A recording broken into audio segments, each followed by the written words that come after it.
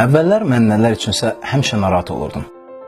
Ayda birdən filan işi yaxşı eləyə bilmərəm, birdən filan işə pul qoyaram amma sonra batar, birdən filan iş görüşməsinə gedəndə yaxşı sonlandıra bilmərəm.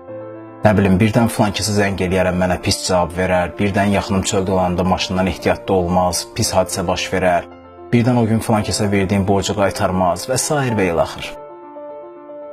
Amma artıq çox uzun müddətdir ki, mən demək olar ki, heç nə üçün narahat olmuram.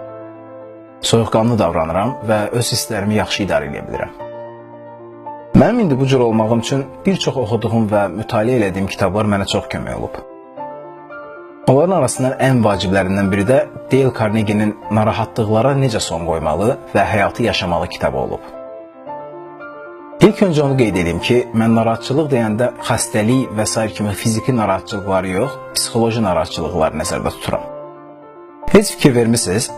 Bizim narahat olduğumuz şeylər istisnasız olaraq bütün hallarda ya gələcək ya da keçmişlə bağlı olur.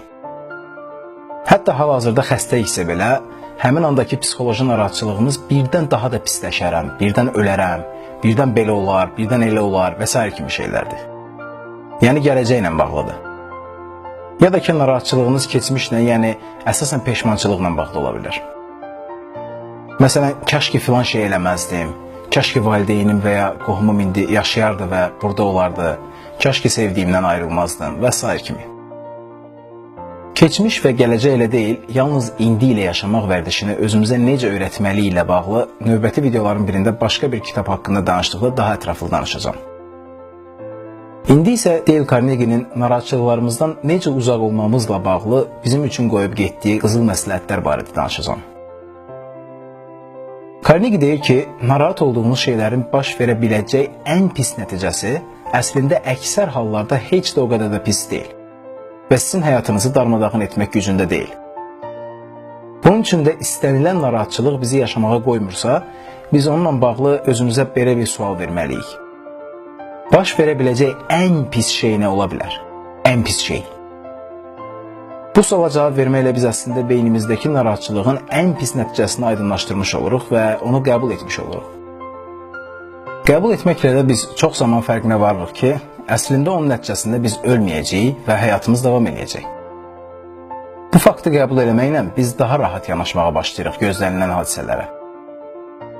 Məsələn, bəlkə də bir çoxları xatırlayar, vaxtilə mən və iki ayrı şəxs Bakıda ilk dəfə olaraq Türk yeməyi olan balıq ekmək restoranı açmışdıq və bir il ərzində onu şəbəkəyə çevirib 4 fərqli yerdə şöbəmizi açmışdıq. Bilirsiniz ki, Azərbaycanda yayda balıq yeməzlər anlayışı var və mən üzüyəyə getdikcə dəhşət narahatlıq içində idim. Ki, ayda yay gəlir, 4 restorandır, bunun kirayələri var, hardasa 20 nəfərə yaxın işçilərin maaşı var, müxtəlif digər xərclər var və s. Ayda heç kim balıq yeməyəcək, biz neyniyəcəyik? İnanın gecələr yata bilmirdim. Heç kimlə normal gülüb danışa bilmirdim. Hər günün mənim əleyhimə işlədiyini düşünürdüm. Beləcə vaxt gəldi, yay oldu, həqiqətən də əvvəlki aylara nisbətən xeyli az gəlir oldu, amma nəticədə nə mən öldüm, nə də ki biznes dağıldı. Çox az miqdarda ziyanla bitirmiş olduq yay fəslini. Sonradan o biznes onsuz da tamamilə şəxsi səbəblərdən bağlanmış oldu və mən indi tamamilə başqa ölkədə, tamamilə fərqli işlərlə məşğulam. Yəni ki, nəticədə mənim bu qədər narahatlığıma dəyirdimi? Təbii ki, yox. Mən bu kitabı oxuyanda özümə dedim ki, kəş ki mən bu kitabı daha əvvəl oxuyardım və bir çox narahatçılıqlarımın əslində nə qədər mənasız olduğunu başa düşərdim. İndi təsəvvür edirəm ki, vaxtilə mən özümə təkcə bir dənə sual versəydim ki, Fuad, fikirləş, ən pis şey nə ola bilər? Onda mən cavab olaraq fikirləşəcəkdim ki, ən pis şey 4 ay ərzində bir dənə də satış olmaya bilər ki, bu mümkün deyil və absurd bir şeydir. Hətta bu halda belə maksimum yaydan əvvəlki qazancla həmin 4 ayın kəsirlərini bağlayıb özümüz qazancsız qalmış olacaqdıq. Ya da ki, ən pis halda kimdənsə və ya hardansa əlavə pul tapıb 4 ayı bitirəcəkdik, sonra da həmin pulu geri qaytaracaqdıq. Yəni bu qədər. Bundan başqa heç nə. Allah bilir ömrümdən nə qədər azalıb həmin bir neçə ayda keçirdiyim stres nəticəsində. O qədər insanlar tanıyıram, elə xırda şeylərə görə elə böyük streslər keçirirlər ki, fikirləşmirlər ki, sadəcə sağlamlıqlarını itirirlər bununla. Gün ərzində o qədər şeylər üçün narahatçılıqlar keçiririk ki biz. Televizor xarab olur, əsəbləşirik. Kompüter xarab olur, stres çəkirik ki, kompütersuz mən filan işi necə görəcəm. Paltaryan maşın xarab olur, özümüzdən çıxırıq. Kimsə evə girəndə ayaqqabı ilə xalçanı tapdalayır deyə dəliyə dönürük və s. və ilə axır. Halbuki nəzər salsaq, güya ki biz bir neçə gün televizorsuz yaşaya bilmərik və onu kompüterlə əvəz edə bilmərik. Deyək ki, paltaryan maşın xarab olur. Valideynlərimizin ömür boyu elədiyi kimi o paltaryan maşın düzələnə qədər əllə yuya bilmərikmi? Bilərik. Nəzərə alın ki, hər belə xırda narahatçılığa görə siz ömrünüzdən azaldırsınız. Özünüzə sual verin. Hansısa əşyanız xarab olanda kimsə gəlib sizə sual versə ki, sənə həmin əşyadan 5 dənəsini hədiyyə eləyirəm, sən də ömründən 6 ay mənə hədiyyə elə. Eləyərsiniz? Hər halda eləməzsiniz. Ona görə də həmişə fikirləşməliyik ki, o narahat olub stres çəkdiyimiz şeylərin dəyəri bizim ömrümüzdən və sağlamlığımızdan artıqdırmı? Hər halda 99% hallarda bu sualın cavabı əlbəttə ki, yox olacaq. Beləliklə, hər hansı narahatçılıq keçirdikdə özünüzə eləyəcəyiniz ən güclü yaxşılıqlardan biri özünüzə ən pis şey nə ola bilər sualını verməkdir.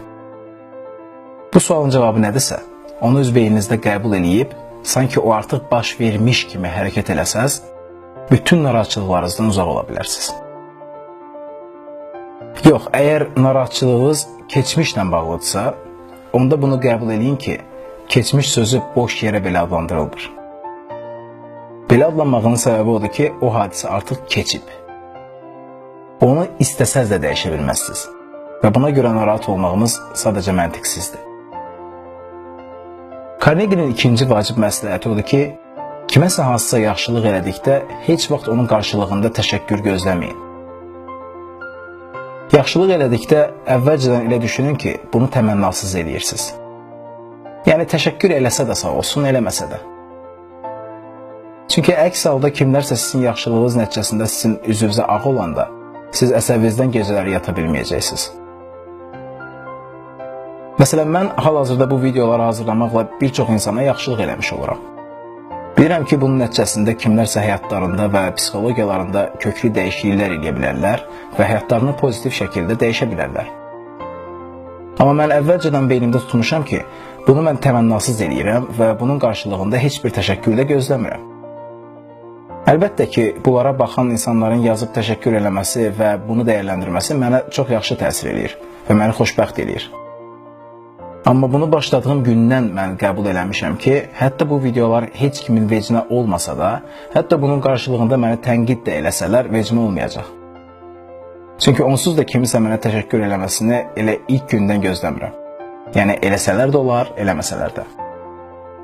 Və ya deyək ki, kiminsə çox çətin vəziyyətində siz ona ya maddi, ya da mənəvi dəstək olmuşsunuz və onun o vəziyyətindən çıxmasına çox kömək eləmişsiniz.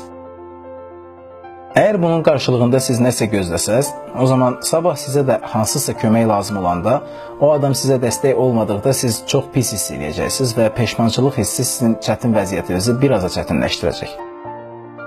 Ona görə də elə ən yaxşısı əvvəlcədən nəyisə elədikdə onu qarşılıqsız eləyin və əvəzində heç bir şey də gözləməyin. Bu şəkildə siz özünüzü daha xoşbəxt hiss eləmiş olacaqsınız. Carnegie'nin üçüncü məsləhəti odur ki, heç kimə nifrət eləməyin. Hətta düşməninizə də. Bu ona görədir ki, hansısa şəxsə nifrət elədikdə siz əslində həmin şəxsə ən dəyərli şeylərinizi təmənnasız olaraq hədiyyə eləmiş olursunuz və onu mükafatlandırırsınız. Yuxusuz gecələrlə yuxunuzu, iştahsızlığınızla yeməyinizi, onu fikirləşməklə enerjinizi və vaxtınızı, qan təzyiqinizi və ümumilikdə sağlamlığınızı və ən əsası da xoşbəxtliyinizi onlara hədiyyə edirsiniz. Sizin nifrətiniz düşmənimizə heç bir zərər vermir. O ancaq özünüzə zərər verir. Ona görə də özünüzə eləyəcəyiniz ən böyük yaxşılıqlardan biri bütün nifrət hisslərinizi və kininizi boğmaq və onları məhv eləməkdir. Son olaraq da əgər daha çox videolar hazırlamağımı istəyirsinizsə, sizdən 3 şey eləməyinizi xahiş edirəm. Birincisi, videonu dostlarınızla da paylaşın ki, onlar da faydalansın. İkincisi, YouTube kanalıma abunə olun. Üçüncüsü də ki, YouTube'da videonu bəyənmək düyməsinə basın. Təşəkkür edirəm.